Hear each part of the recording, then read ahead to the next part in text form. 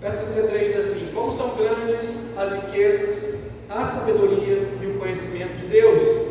É impossível entendermos suas decisões e seus caminhos. Pois quem conhece os pensamentos do Senhor? Quem sabe o suficiente para aconselhá-lo? Quem lhe deu primeiro alguma coisa para que ele precise depois retribuir? Pois todas as coisas vêm dele, existem por meio dele e são para ele. Porque todas as coisas vêm dele, existem por meio dele e são para ele. A ele seja toda a glória para sempre. Amém. Diga amém. Sim, quando você diz amém, você está concordando. Amém? Sim, eu concordo com o que a palavra diz.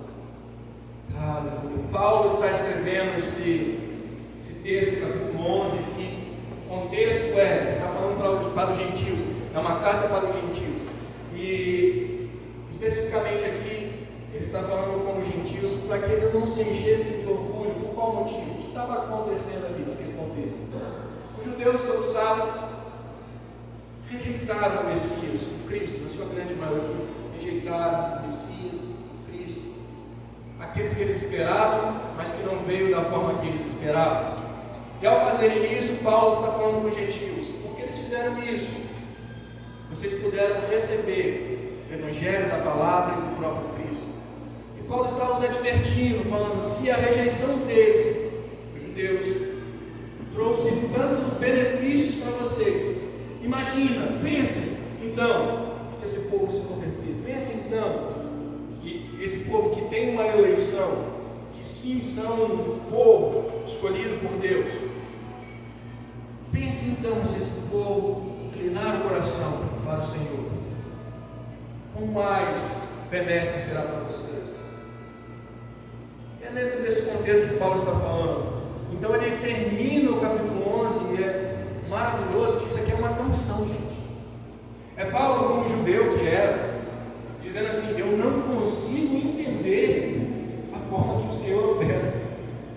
É incompreensível o agir de Deus. Mais do que isso, Paulo está falando especificamente da graça e da misericórdia, porque o teor central aqui é isso. Ele está falando que Deus, mesmo com o povo dele, o povo de Israel sendo rebelde a ele, Deus, ele permanece misericordioso, ele permanece gracioso com esse povo. E depois ele vai falar a mesma coisa para os gentios. Da mesma forma, Deus, ele é misericordioso, gracioso. E obrigado, papai, porque o Senhor é misericordioso, porque essa é a causa de não sermos consumidos. Obrigado, você pode agradecer a Deus pela misericórdia e pela graça dele. Se você está tão agradecido, como eu me sinto agradecido, como pecador que eu sou, obrigado, meu Pai, pela sua graça e sua misericórdia. Então é isso que Paulo está falando. Paulo está extasiado. Por isso ele termina o texto com uma canção. Isso aqui é uma canção. Senhor, eu não consigo compreender. Senhor, ninguém consegue entender a sua forma de agir. Ninguém consegue compreender a sua graça. Ninguém consegue entender a sua misericórdia. Como é rica, como é valiosa a sua sabedoria e o seu conhecimento, Senhor. Aí ele começa no final, aqui no verso 33 ele vai dizer, 36, perdão: pois todas as coisas vêm dele. Ele está falando da fonte. O final dessa canção é: Senhor, tudo vem de ti. Tudo passou a existir a partir do Senhor. Antes do Senhor não houve nada. O Senhor é o início de tudo. Na verdade, o Senhor é antes do início. De ti todas as coisas. E por meio de ti. E por meio de ti. Então vem de ti. E por meio de ti. O que Paulo está falando? Da soberania de Deus. Tudo foi criado por Ele. Tudo vem dele. E Ele sustenta tudo. Todo o universo está sustentado no poder de Deus. Todo o universo, toda a criação está sustentada no poder de Deus.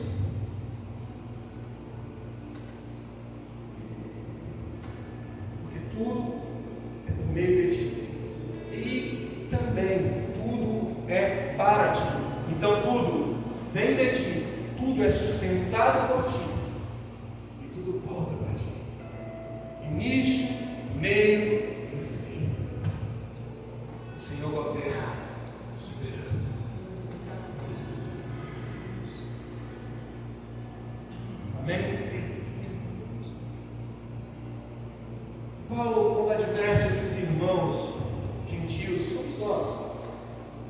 E aqui eu vou abrir um pequeno tempo.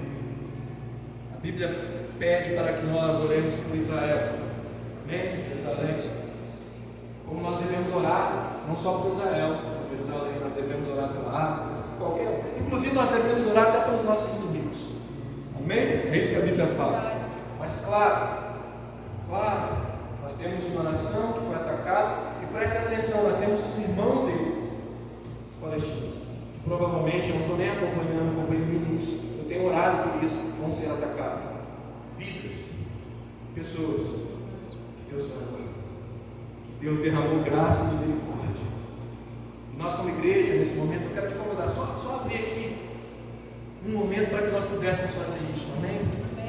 Orar por essas pessoas. Há uma grande comoção das igrejas, de fato nós devemos nos mover, mas eu quero também aqui, de alguma forma, chamar a sua atenção, para que nós possamos entender que essa deve ser um movimento natural nosso, como eu disse, não deve ser uma comoção plural que aconteceu por um evento, deve ser um movimento natural da igreja, orar, para que haja paz, para que haja shalom, para que haja salvação de Deus sobre as nações. Amém? Vamos fazer isso? Especificamente agora por essas duas nações, Israel, Palestina. Que o shalom de Deus, que a paz de Deus esteja sobre eles.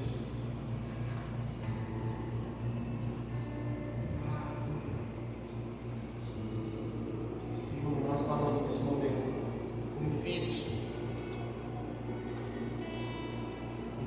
foram lá abençoados, Senhor, pela promessa que está lá em Gênesis capítulo 12, quando o Senhor chama Abraão e diz que da semente dele, da descendência dele, todas as nações seriam abençoadas. E nós fomos abençoados através de sua descendência, através de Cristo, Jesus, o Deus que se fez carne, mas judeu que era, andou nessa terra, viveu aqui, morreu como homem, mas ressuscitou, foi glorificado, está no céu, governando sobre todas as coisas. Não há nada fora do seu controle. Senhor, nós não entendemos os seus desígnios, nós não entendemos a tua forma de agir nos teus planos, mas o que nós queremos é nos posicionar em intercessão e oração, clamando por salvação, clamando, Senhor, por sua paz, o seu shalom sobre aquelas nações, sobre a Palestina, sobre Israel, sobre aquelas famílias.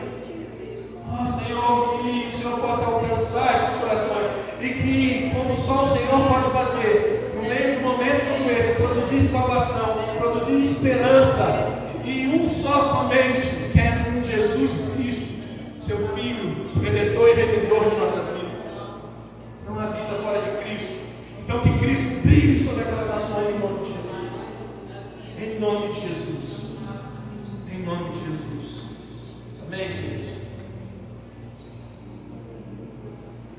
Que Paulo estava dizendo aqui aos irmãos gentios é que não fiquem muito orgulhosos, não fiquem soberbos. Esse é o ponto que Paulo está falando, porque eles rejeitaram, vocês aceitaram. Não fiquem soberbos de forma nenhuma. E lá em cima um pouquinho do texto, eu não li aqui, Paulo fala algo muito interessante. Ele vai dizer que Deus, ao mesmo tempo que ele é amor, ele é severo. Amor e severidade, como um pai. Amém? Que ama, mas é severo, corrige o seu filho quando é necessário. Então Paulo está chamando a atenção desses irmãos quanto à misericórdia e quanto à graça de Deus que foi derramada sobre eles, que da mesma forma eles também deveriam compartilhar. É sobre isso que eu quero falar. Dele, por ele, para ele. A nossa vida deve ser, nossa vida veio dele. Nós vivemos por Ele e para Ele. Amém? Então a nossa vida deve existir, a razão da nossa existência deve ser para a glória de Deus. Esse é o verdadeiro propósito das nossas vidas. Esse é o verdadeiro sentido das nossas vidas. Viver para a glória de Deus, porque tudo vem dele, tudo é por Ele, tudo é para Ele. Fora disso não há plenitude. Fora disso são só lapsos, são só momentos que podemos ter. Só em Deus nós temos plenitude. É sobre isso que o texto está falando. Plenitude de conhecimento, plenitude de sabedoria que vem de dia, nos relacionando com Ele, o conhecendo, nós passamos a desfrutar. O que nós recebemos, nós devemos compartilhar. Se você me perguntar, como eu tenho uma vida que glorifica a Deus? Como eu tenho uma vida que vai glorificar ao Senhor? É uma vida que você compartilha daquilo que você recebeu. Nada mais que isso. Parece muito simples, mas como nós falhamos exatamente nisso. Quando conseguimos entender que nada merecemos, e essa é uma verdadeira conversão, quando nós conseguimos entender que não éramos merecedores, por misericórdia e por graça, recebemos amor, recebemos perdão, fomos resgatados, remidos e salvos. E por isso, e por essa imensa gratidão e consciência de que eu não merecia esse amor, essa graça, esse perdão, eu naturalmente, ou pela presença dele, melhor dizendo, começo a compartilhar isso a outros. Meus amados, nós vivemos dias difíceis. São dias difíceis. Por que são dias difíceis? Porque são dias de muitas opiniões, são dias de muitas ideias, de muitos pensamentos, de muito conhecimento e muita sabedoria. E que bom que hoje nós temos aí o Google, que nos facilita muito, né? Que facilita a nossa vida. Cara, que maravilha para fazer pesquisa, né? Ernesto lembra dos dicionários bíblicos, os livros, né? Que para você fazer uma busca, hoje você vai lá, meu irmão, no Google, pá, está ali, maravilhoso isso. Mas ao mesmo tempo que existe uma facilidade em se buscar conhecimento, e isso deve ser um dever do cristão, amém? Conhecimento é um dever do ser humano, buscar conhecimento é algo maravilhoso, te enriquece. Conhecimento ele vai te enriquecer, ele vai te habilitar para lidar com situações. Conhecimento ele é algo que não pode ser roubado de você. Só que quando eu estou falando de Deus,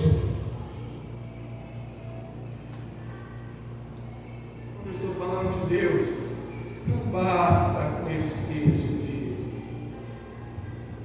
não basta conhecer tudo sobre Ele, não basta ser um erudito, bom, um excelente teólogo, não basta você conhecer toda a Bíblia, não basta você conhecer tudo que Ele pode fazer, não basta você conhecer sobre Deus. Quando eu falo sobre Deus, eu preciso conhecer Ele, eu preciso ter um relacionamento com Ele. A palavra dele, o conhecimento sobre Deus, sem o próprio Deus, não vale nada. Exatamente o que eu estou te falando. Preste atenção, hoje se usa muita palavra em vários aspectos, em várias áreas, e isso é muito bom. Eu acho isso bacana, buscar princípios da Bíblia para aplicar em vários segmentos. Psicólogos fazem isso, coaches fazem isso, e aqui não é um combate a isso, não é isso. O que eu falo e que eu quero trazer ao nosso entendimento, que os princípios sim estão aqui, que os princípios imutáveis da palavra de Deus estão aqui, mas nós precisamos entender que nós não devemos ser focados ou buscar resultados, porque muitas vezes quando fazemos isso, o que estamos buscando? Resultado tal, não é isso? Jogamos lá no Google, que eu falei que é muito fácil, você bota assim, como fazer meu casamento dar certo? Aí bota princípios bíblicos lá. Aí vem Cláudio Duarte, com um monte de coisa que você gosto demais de cara. Hoje tem coragem de falar que ele fala. Mas vamos lá. Aí você joga lá e vê. Aí você ouve aquilo, você busca conhecimento daquilo. Aí você fala, vou começar a aplicar isso no meu casamento. Mulher, vai ser submissa ao meu esposo. Aí ela começa a tentar ser submissa. O esposo fala com ela. Aí se ela tem um temperamento um pouquinho mais forte, ela tenta mudar aquilo ali. Porque ela adquiriu conhecimento. Só que se não tiver o Espírito Santo agindo em você, mulher, você nunca vai conseguir ter a submissão que a Bíblia fala. Homem, se não tiver o Espírito de Deus agindo em você, você nunca vai conseguir fazer o que Efésios capítulo 5 diz, que o homem tem que ser para a esposa como Cristo é para a igreja. Então só o conhecimento não basta. Eu preciso do Espírito, eu preciso do poder de Deus atuante, para que o conhecimento se torne em mim algo eficaz e vivo. Por isso Paulo está dizendo assim, quão insondáveis, quão rico é o conhecimento e a sabedoria Senhor, que vem dele. Isso tira de nós a soberba, meus irmãos. Isso tira de nós o orgulho. E a palavra diz em Tiago que Deus resiste ao soberbo. Presta atenção. A palavra resistir ali é ser adversário. Se eu fosse você, eu não queria ter Deus como adversário. Ele resiste a todo aquele que é soberbo. Pastor, eu não sou soberbo. Não tenho soberba. Tenho. Todos nós temos. Se você não tivesse, você não precisava do caráter de Cristo sendo estampado em você. A questão é como você vai corresponder àquilo que Cristo já fez. Eu creio que todos que estão aqui já entregaram sua vida a Cristo Jesus, amém? Se você não fez, hoje é um ótimo dia para você fazer isso. Porque esse é o princípio, é o início, lembra? Por que dele? Por quê? É o princípio, porque foi em Deus que você foi criado. Todos nós fomos criados primeiro em Deus. E agora habitamos aqui nesse corpo, temos uma alma. E precisamos ser redimidos do nosso espírito. João capítulo 3, lembra que Jesus diz? Nós precisamos nascer de novo aonde? No espírito. E se nós nascemos no espírito, Paulo diz que nós somos uma nova criatura. Aleluia! Glória a Deus, você é uma nova criatura. Então, dele, nós viemos dele. Agora nós precisamos entender que continuamos a caminhar. Nós nascemos, amém? Mas agora eu preciso crescer em conhecer a Deus, prosseguir em conhecer a Deus. Então eu preciso agora estar por meio dele sustentado, por ele. Estando nele, de glória em glória, de conhecimento em conhecimento, um conhecimento não teórico, experimentar.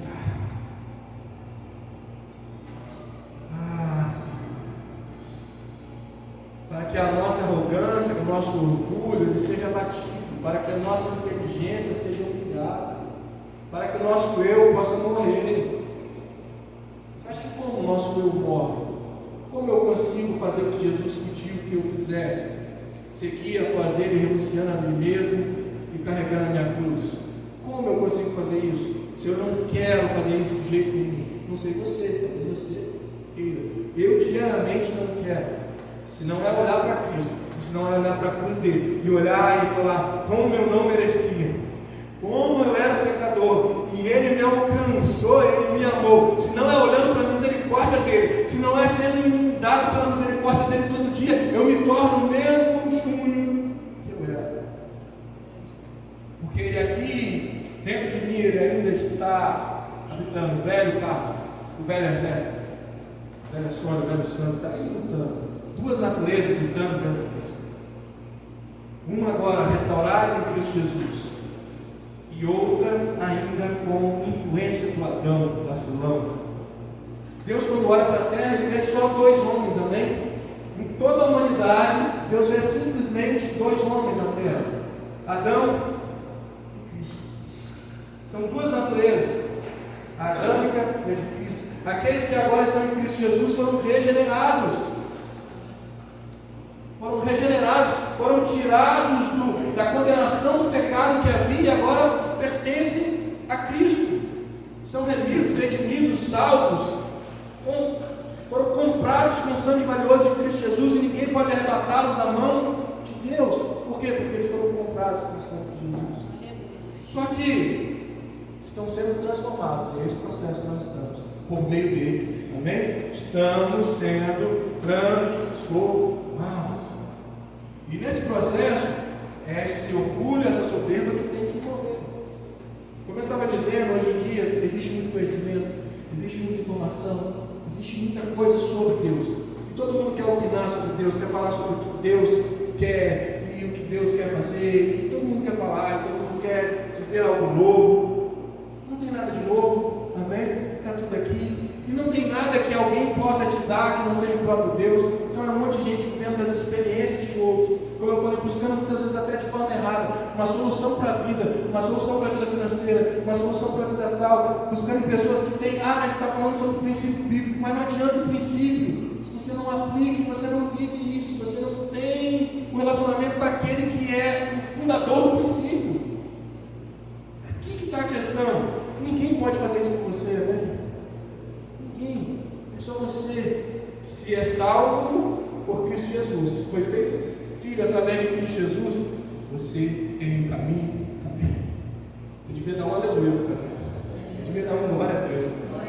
Você tem acesso à misericórdia, à graça de Deus constantemente, porque você precisa da graça e da misericórdia de Deus constantemente. Eu quero te fazer entender que quando nós, como cristãos, levantamos a nossa bandeira para defender Deus, seja por assunto tal, assunto X, que está aí na mídia ou está em alta, e nós levantamos a nossa bandeira, não porque os princípios morais, porque a palavra diz assim, porque Deus diz assim, mas se nós não temos o mesmo nível de misericórdia que Deus teve com a gente, você vai tentar ser um defensor de alguém que não está te pedindo defesa. Deus não pediu para que ninguém o defendesse. Acha na Bíblia e me mostra na Bíblia aonde Deus pediu para alguém e defendeu. Eu sei que Deus, através de Cristo Jesus, falou: vocês vão ser minhas. Vocês vão testemunhar. Testemunha, mártir. Testemunha, ser como Cristo Jesus. O que Paulo estava falando com esses irmãos, queridos gentios, é o seguinte: vocês estão orgulhosos, vocês estão olhando para os outros e falando: eles são assim, eles rejeitaram, nós somos melhores, porque nós estamos aqui na igreja, porque nós estamos aqui levantando nossas mãos e louvando a oração, porque eu não participo e não faço o que eles fazem. Então nós somos melhores. Quando nós olhamos assim e nos achamos dessa forma, o orgulho já entrou em nosso coração, já não há mais o mesmo sentimento que há em Cristo Jesus, já há soberba em nós, já estamos nos vangloriando não do que Cristo fez na cruz, não do ato de Cristo Jesus, mas do que nós somos, da moral que nós achamos ter. Nós não temos nada se não for Cristo em nós. Nós não temos nada de bom se não for o Espírito Santo operando em nós. E se o Espírito opera em nós, o sentimento que há em nós é o sentimento de compartilhar, é o sentimento de ter misericórdia e graça, meus irmãos.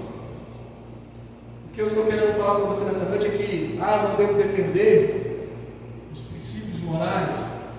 Não, isso aí, você não precisa defender.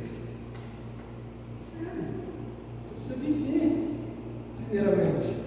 A sua vida é uma defesa, mas ela não é uma defesa contra, não, preste atenção, nós não estamos contra, nós não estamos contra ninguém. Para com esse negócio, essa loucura. Eu estou falando para alguns cristãos aqui nessa noite que vão se posicionar dessa forma. Para dessa loucura, nós não estamos contra ninguém. Nós não estamos numa luta contra ninguém, a não ser potestades e principados das trevas, esse sim. Nós não estamos contra luta contra ideologia tal ou X. Não. Nós estamos aqui para testemunhar Cristo Jesus. Graça e misericórdia que transforma e muda as pessoas assim como te mudou. E se você precisar ser um mártir para isso, ou seja, morrer por causa disso, não tem problema nenhum, porque esse é o propósito, porque essa é a missão. Nunca deixar o orgulho entrar, porque quando nós entramos por esse viés, quando nós entramos por esse caminho, é muito fácil que o orgulho entre, é muito fácil que a soberba entre, é muito fácil que nós olhemos para nós mesmos e falamos, começamos a pensar que somos melhores.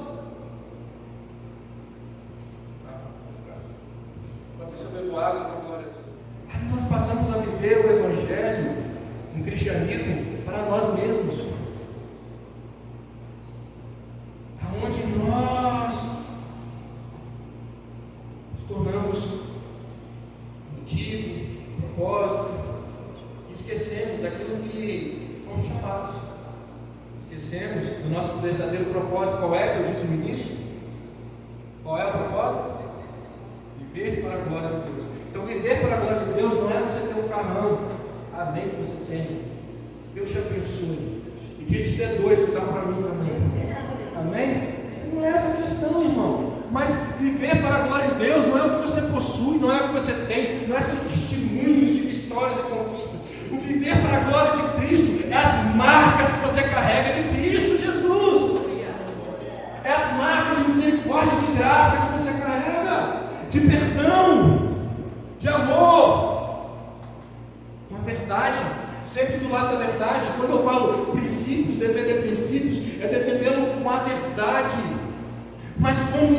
misericórdia e graça, porque senão você vai ser um religioso, você vai ser um fariseu hipócrita. Eu não quero ser chamado por Jesus de hipócrita.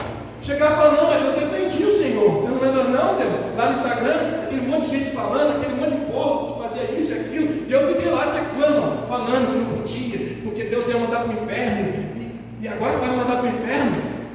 E eu falava, vou sim, não te conheço. Passa daqui. Senhor, que a graça e a misericórdia que nos alcançou, ela seja compartilhada através de nós. Amém? Paulo estava falando para esses irmãos para agir com graça e misericórdia, a mesma que eles receberam, e com responsabilidade. Preste atenção, Deus é soberano. Ele termina falando isso e nós sabemos, ele termina esse texto falando isso. Dele, por ele, para ele, são todas as coisas. Amém? Não há nada fora do controle de Deus. Outra coisa é o povo de Deus, amado. Não tem nada fora do controle de Deus, não, gente. Vocês dão uma raiva de alguns irmãos. Olha o tempo de usar misericórdia aqui agora. Usa, Senhor. Deus não precisa de ajuda. Irmão, Deus não precisa de ajuda. De novo, ele pediu para testemunhar, ele não precisa de ajuda. Ele não está desesperado no céu. Aconteceu isso, agora aconteceu isso, o que eu faço?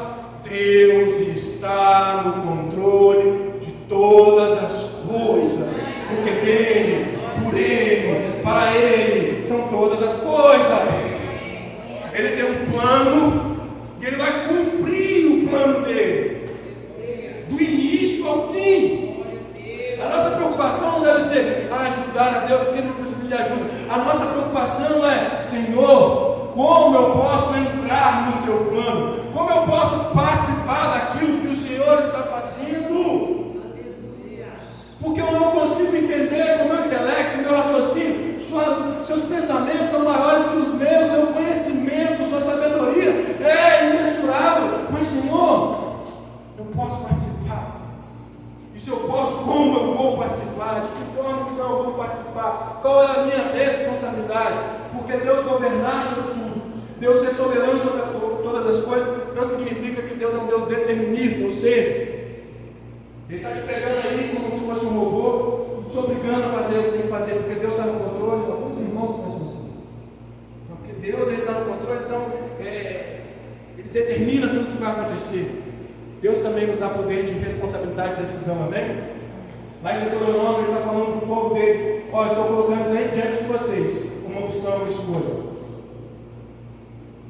A escolha que eu dou para vocês é me obedecer, guardarem meu caminho, guardarem minha palavra, e vocês serão bem-sucedidos, vocês vão prosperar.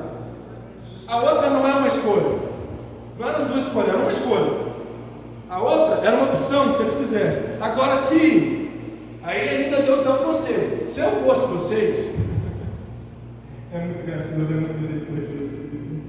Se eu fosse vocês, me conhecendo bem, Deus falando, me conhecendo bem, conhecendo como eu sou bom, como eu sou misericordioso, como eu sou gracioso, eu não escolhia me obedecer. Agora, se vocês não quiserem, se vocês quiserem se afastar, não é que Deus vai ficar te castigando. Para com essa imagem que foi criada de um Deus que está lá raivoso e castigando todo mundo. Se fosse assim, Ele não tinha entregue Jesus Cristo por mim e por você, quando nós ainda estávamos nos nossos pecados e delitos. Esse Deus é um Deus de graça e misericórdia, mas sim, é um Deus severo, aonde quando você deliberadamente decide se afastar dele, não é um castigo que Deus está ali te punindo, é a opção de se distanciar. É exatamente por não estar perto dele que você vai colher a consequência dessa decisão. Simples assim. Por isso, cuidar da soberba do nosso coração, cuidar da arrogância que às vezes é brotada entre nós. Teve um rei, às vezes eu me volto para falar o nome desse cara, Nabucodonosor. Saiu, tem que ser rápido. Falar devagar, mas se falar em constância, já fala o nome dele, daqui a pouco já emenda, já sai. Esse cara, toda a autoridade é constituída por Deus, amém? Toda. A autoridade, quando você vê isso lá em Romanos, se eu não me engano, capítulo 13, não está falando de um nome somente, está falando de autoridade. Por exemplo, um governo, ele tem autoridade no governo, independente do nome que esteja lá. Então existe uma autoridade naquele cargo. Então quando a gente tem de autoridade, é isso que a gente deve entender. E no caso da Nabucodonosor, ele estava ali debaixo daquela autoridade que Deus dá. Toda autoridade ela é estabelecida por Deus. E ele está andando no palácio dele. Vocês sabem, o Império Babilônico foi um dos impérios mais suntuosos, mais esplêndidos, né, em arquitetura, em tudo que você imaginar, né? Os rios suspensos, as coisas todas que tinham, os arqueólogos, né, falam, nós sabemos muito bem que foi algo assim esplendoroso para a época. E esse rei está lá andando no seu palácio, e ele começa a olhar tudo, e olha de um lado, olha de um outro. Eu sou o cara. Sou o cara. Que isso? Olha o que eu fiz. Toda honra e toda glória pertencem a mim. Na hora a palavra diz que vem uma voz do céu e diz o quê? Porque você falou isso. Porque você não deu agora a quem devia dar. Aquele que te deu a autoridade. Você vai andar como um animal. Durante um período, você vai viver como se fosse um animal, comendo pasto e vivendo como se fosse um animal. Irmãos, sem Deus, sem a misericórdia, sem a graça de Deus, é o que nós nos tornamos. O homem sem Deus, ele é exatamente assim. O homem sem a graça e a misericórdia de Deus, ele se torna bestial, ele se torna um animal, se torna alguém destrutivo a si próprio e a quem está em volta. Se enche de orgulho, se enche de soberba. Se não reconhece a graça e a misericórdia de Deus, se não a recebe, reconhecendo a sua insuficiência, nós acabamos indo para um caminho, ou caminhando para um caminho, andando para um caminho de destruição. E não é essa a vontade de Deus. Não é esse o querer de Deus para mim e para você. Ele quer que nós possamos viver para a sua glória. Amém? Agora eu quero ser um profeta na sua vida aí. Pode levantar as suas mãos. Em nome de Jesus. Amém? E você também vai ser profeta na sua vida. Porque todos nós, pelo Espírito Santo, fomos chamados a essa vocação. O que eu quero profetizar é o que a palavra diz aqui. Deus tem planos maiores e melhores que os seus. Amém? E que você deve viver esses planos de Deus. Continua com a glória vida aí. E que para isso, Deus te deu o Espírito Santo. Continua com a glória vida aí. E o Espírito Santo que está em você, está te transformando a imagem e semelhança de Cristo Jesus. Amém? E se Ele está te transformando a imagem e semelhança de Cristo Jesus, Ele está te enchendo de graça e de misericórdia. E se Ele está te enchendo de graça e de misericórdia, Ele está te enchendo de reconhecimento que você depende totalmente do Senhor, que você não pode nada sem Jesus Cristo. Amém? Amém? Você recebe aí? É disso que se trata. Se trata de Deus estar no controle. Uma vida que dá glória a Deus é uma vida onde nós, pelo Espírito Santo, pelo agir do Espírito, estamos morrendo para as nossas vontades, nosso querer, estamos sendo tratados dos nossos sentimentos, estamos sendo tratados do nosso caráter, da soberba, da arrogância, e estamos permitindo que Deus tome o controle das nossas vidas. Meus amados, não dá para você guiar junto com Deus. Não dá. Ou Deus vai estar no controle, ou você vai estar no controle. E como eu disse, há poder de decisões em nós. Deus ele não vai fazer isso de forma arbitrária. Amém? Você vai decidir quem vai tomar o controle da sua vida.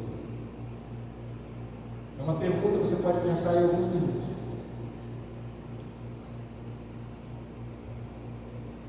Quem vai estar no controle da minha vida?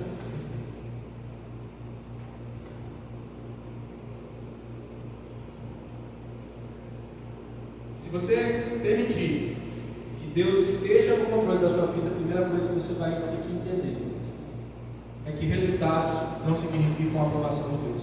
Amém? Amém? Resultados não significam a aprovação de Deus. Deixar Deus no controle da sua vida, irmão, é difícil. Tem um escritor que eu não sei qual é agora, mas ele tem uma frase que ele diz: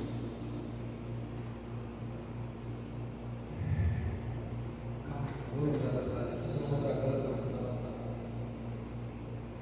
Deus, vou lembrar do sentido da frase. A frase agora fugiu aqui da memória, mas é mais ou menos assim: andar com Deus não é algo fácil. Não é algo fácil. Aí ele conclui a frase falando assim: deve ser por isso que Deus tem poucos amigos. O que eu quero te dizer é que esse caminho de misericórdia e de graça não é um caminho fácil para a gente.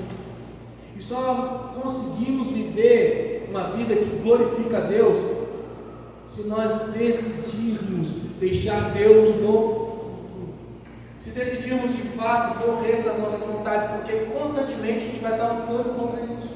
Constantemente a nossa vontade vai ser contrária àquilo que Deus quer realizar e fazer em nós. E por mais que esse caminho seja difícil, e ele é difícil, não existe essa promessa, não está na Bíblia essa promessa de um caminho fácil, muito pelo contrário, um caminho estreito.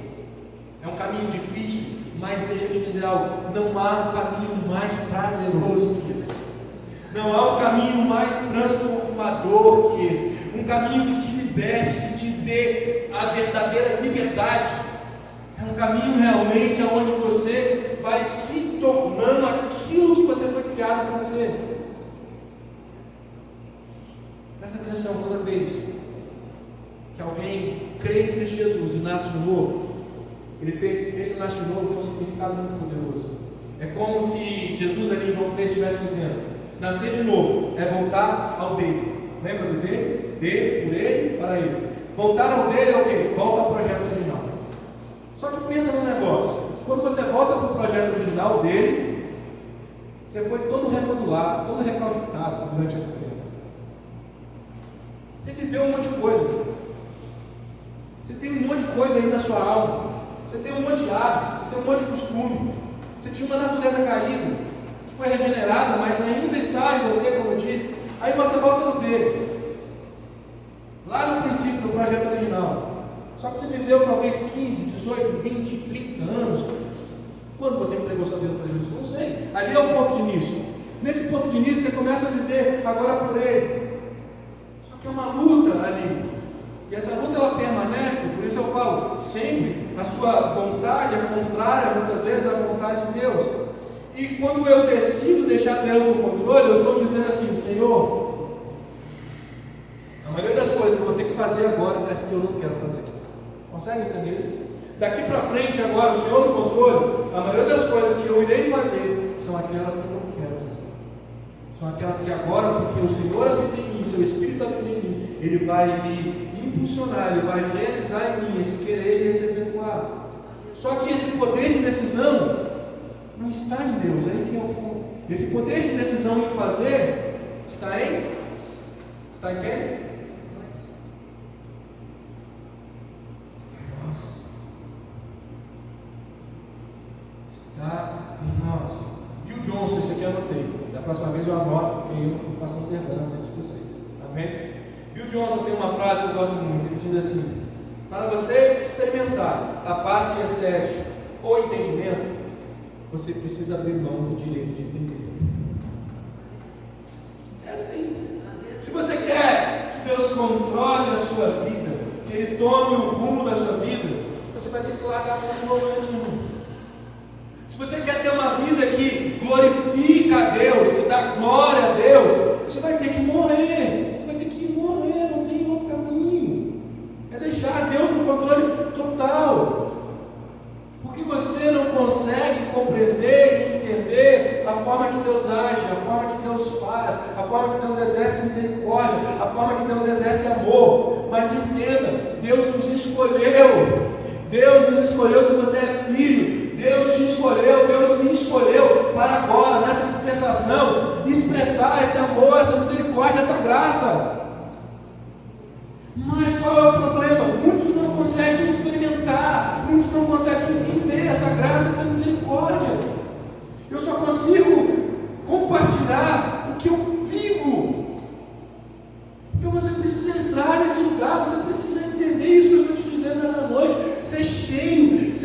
cheio nessa noite da graça e da misericórdia do Senhor. Ser cheio da graça e da misericórdia do Senhor. Reconhecendo quem você é. Irmão, Deus sabe quem você é, sua esposa sabe quem você é. Porque quem sabe quem nós somos são aqueles que estão próximos da gente. São aqueles que a gente vê no domingo aqui na igreja. É aquele que caminha com você. Deus sabe quem você é. E sim, Ele tem graça e misericórdia para te transformar e te mudar. Se houver um poder de decisão em você, de reconhecer isso e falar: Senhor, da mesma forma que o Senhor me ama, da mesma forma que o Senhor é gracioso e misericordioso comigo, eu vou mergulhar e receber e deixar que o Senhor me inunde disso, para que isso transborde na minha vida. Ah, que maravilhoso vai ser o seu casamento, irmão.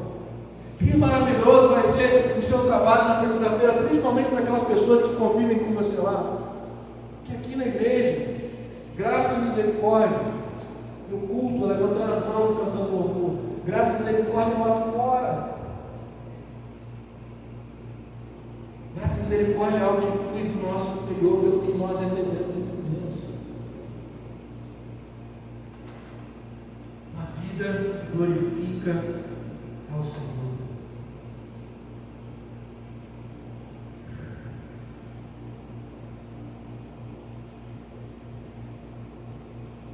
1 Coríntios, não precisa abrir não, deixa só eu ler, eu estou caminhando para o final aqui, amém? 1 Coríntios, capítulo 2, verso 16, Paulo faz a seguinte declaração, ele faz a mesma declaração, remetendo ao mesmo texto bíblico anterior, que diz assim: quem conhece os pensamentos do Senhor? A mesma que ele fez. Quem aconselha o Senhor? Quem sabe o que o Senhor pensa? Quem sabe o suficiente para instruí-lo? Mas no final aqui, no final desse texto aqui, mas nós temos a mente.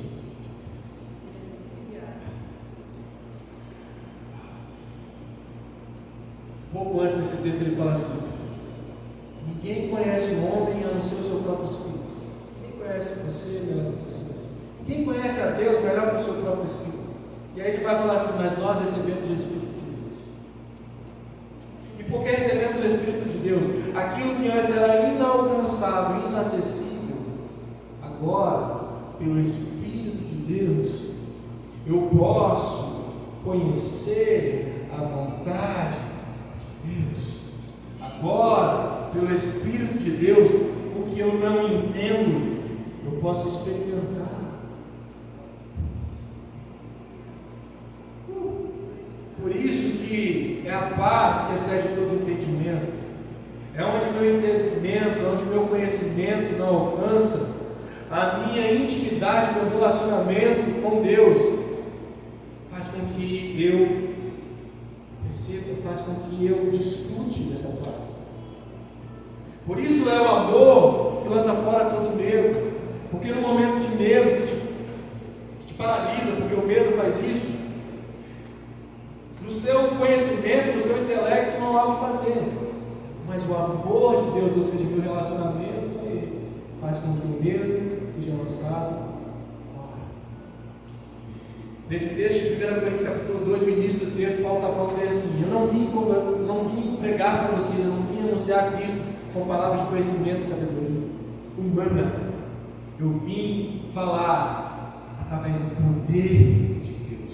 Irmão, que eu oro nessa noite, se você quer se unir comigo nessa oração, pode fechar os seus olhos.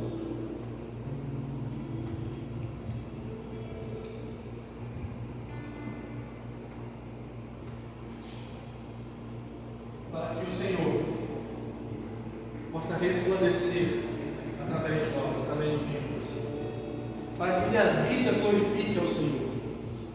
Preste atenção, não porque eu sou bom, eu sou ruim, eu tenho plena consciência disso, por isso eu preciso disso. Não é porque você é bonzinho, não é porque você não vai falhar, você vai falhar, você vai errar. Não é isso, não é essa a questão. Por isso eu estou dizendo para vocês que as pessoas estão buscando, não é lá fora não, é dentro das próprias casas de nós cristãos. É isso, é graça e misericórdia. Não vou nem falar lá fora, dentro das nossas casas. Porque, como eu disse, é nas nossas casas que nós somos quem somos de fato. É onde todo mundo vê nossas falhas. Vou até que abrir isso aqui. Eu queria fazer isso nessa noite, mas ministrando para vocês, vou fazer. Fui buscar a Sônia na imersão de mulheres. Ela foi lá ministrar no sábado. Aí uma irmã chega para mim e fala assim: nossa, a Sônia fez um devocional com outra irmã, nossa, que mulher mansa. A Priscila ficou constrangida com a mansidão e a tranquilidade da Sônia. Eu respirei fundo, olhei para o céu, pensei uma, duas, três, quatro, cinco vezes, quase desabafei, quase abri meu coração. Falei: você não mora lá em casa? Você não fica com ela sempre? Você não sabe como essa mulher é brava também?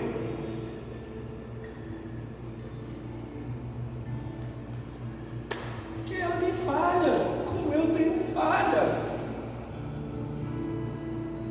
Nós temos falhas. Então eu vou falhar sim no meu trabalho, no meu serviço, com as pessoas eu vou falhar.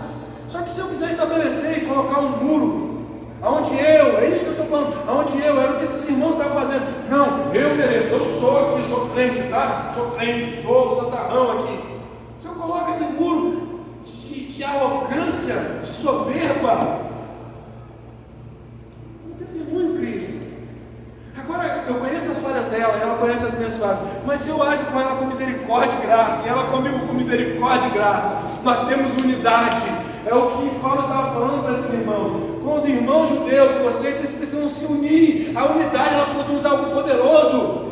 Então lá no meu trabalho, serviço, as pessoas veem as falhas, mas se eu ajo com misericórdia e graça, elas vão ver isso na minha vida, e vão perceber que as falhas que tenho são porque eu sou o que sou, mas em mim há a presença de Deus que me faz ser diferente, pela graça e misericórdia que eu recebi. O que eu quero te dizer é que não tem nada a ver comigo, com você, que não tem nada a ver com nós mesmos, que não tem nada a ver com o que nós podemos produzir, não tem nada a ver com o que nós podemos fazer, tem a ver com graça e misericórdia de Deus em nós, tem a ver com amor transbordante, escandaloso, poderoso, avassalador de Deus,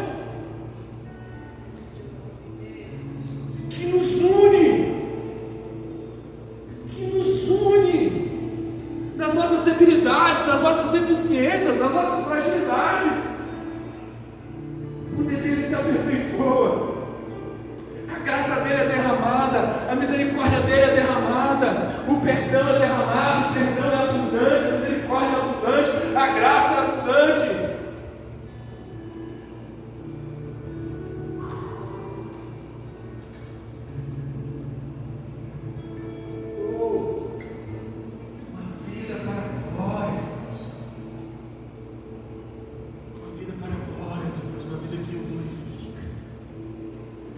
Cheia daquilo que nós recebemos dele. O que mais recebemos?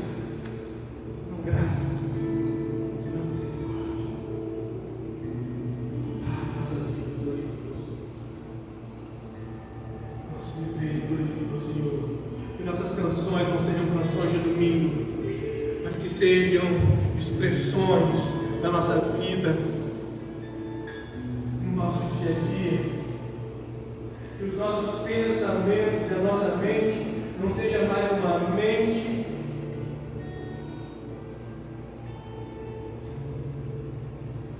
de Adão, mas que seja uma mente como a sua, Cristo. Nós possamos experimentar a transformação da nossa mente, a renovação da nossa mente, pelo teu agir, pela tua palavra, pelo teu atuar. Assim sendo transformados, e assim sendo mutados, e assim a cada dia resplandecendo mais a tua glória.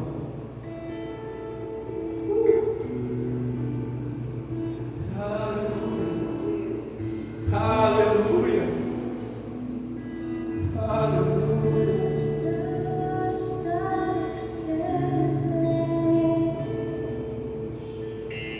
Da sabedoria e do conhecimento de